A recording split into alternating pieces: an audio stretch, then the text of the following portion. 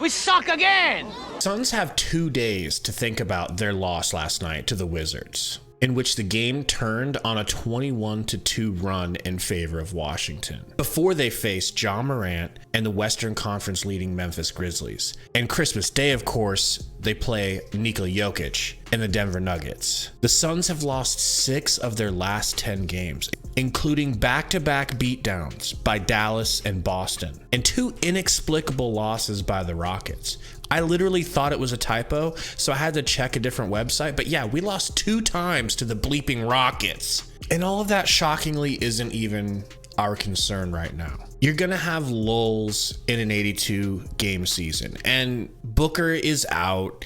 It was the second night of the back-to-back. This loss isn't really as bad as it might seem. But I'll tell you what was shocking. This, a blow-up between Monty and DA on the bench after losing the lead late in the game. Now you can see Monty seething, and Busy is trying his best to console DA, but DA's barking back at him, and my best attempt at lip reading, well, really the best I could come up with was Monty saying, "No, I'm talking to you and I'm talking to him." I mean, that's not really helpful because that's not impactful, but I do feel comfortable saying that he said that. But Busy continuing to try to keep Deandre Ayton calm. And look, this wouldn't be a big deal if it were the first time, but it's not. This goes back to the back-breaking defeat by Luka in Game 7, in which Monty really threw DA under the bus and told him point blank, "You quit on us." Now you can argue he did or he didn't, but it goes all the way back to that. And then, of course, this summer, it got out through DA that they hadn't talked all summer, which was not a good look for Monty. Now, when I first started conceptualizing this video, I thought it was going to go a completely different direction. I was probably going to gloat a little bit and talk about how I've made videos about this before, and probably would have followed it up with a shameless plug about hitting the like button, which please do.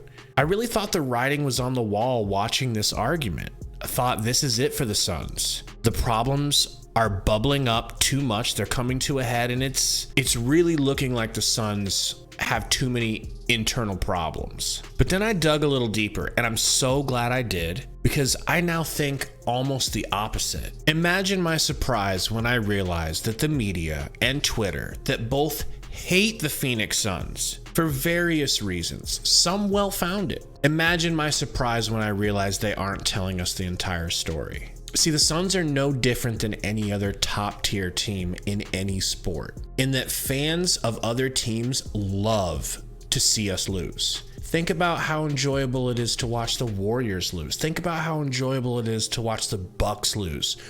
Why? Think about the psychology.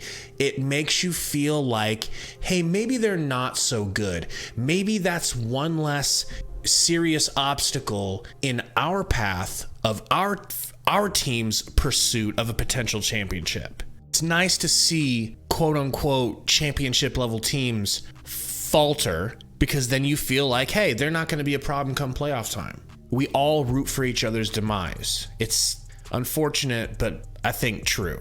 So on Twitter, of course, you're seeing everyone freaking out and trying to spread that narrative. But thanks to Dwayne Rankin having a couple of really good questions, he talked to DA, and it really put my mind at ease. Seeing Monty talk, not so much. I felt neutral after watching Monty, but Ayton really made me feel comfortable with the situation. Don't take my word for it. Listen to some of Deandre Ayton's words himself. The gist of that We between really you and him. exchanging words. We a family, so he know how to talk to his boys, and his boys know how to, just communicate. Obviously, the whole world see it, but it's really all love and just getting us back to regroup and, just take out the confusion. Tough loss. Yeah, it gets really emotional and all that, but as I say, this is a family. Like everybody really, we know each other. We know each other's personnel. It's just, everybody got to see us really intensified in the moment where, okay, damn, we lost our upper hand. You can get a little emotional. Just, oh, I thought you said this or you thought, but Coach clarified it up in the huddle where we all was, exchanging words and try to get back into play and try to win some basketball. Quote, we are a family, and he knows how to talk to his boys. The statements by DA sound positive, conclusive, and sincere. Look, the best case scenario for Suns fans was that Deandre Ayton is totally okay with being yelled at like that by Monty because he sees him like a father figure, and it doesn't hurt him personally because he knows it's coming from a place of love. Oh, Gabe, you bald, innocent bozo. What makes you believe Ayton, I hear you say? Because he proved in the offseason, if he has something on his mind, he's not afraid to speak about it. He's the one that alerted everyone to the fact that Monty and he hadn't spoken all summer.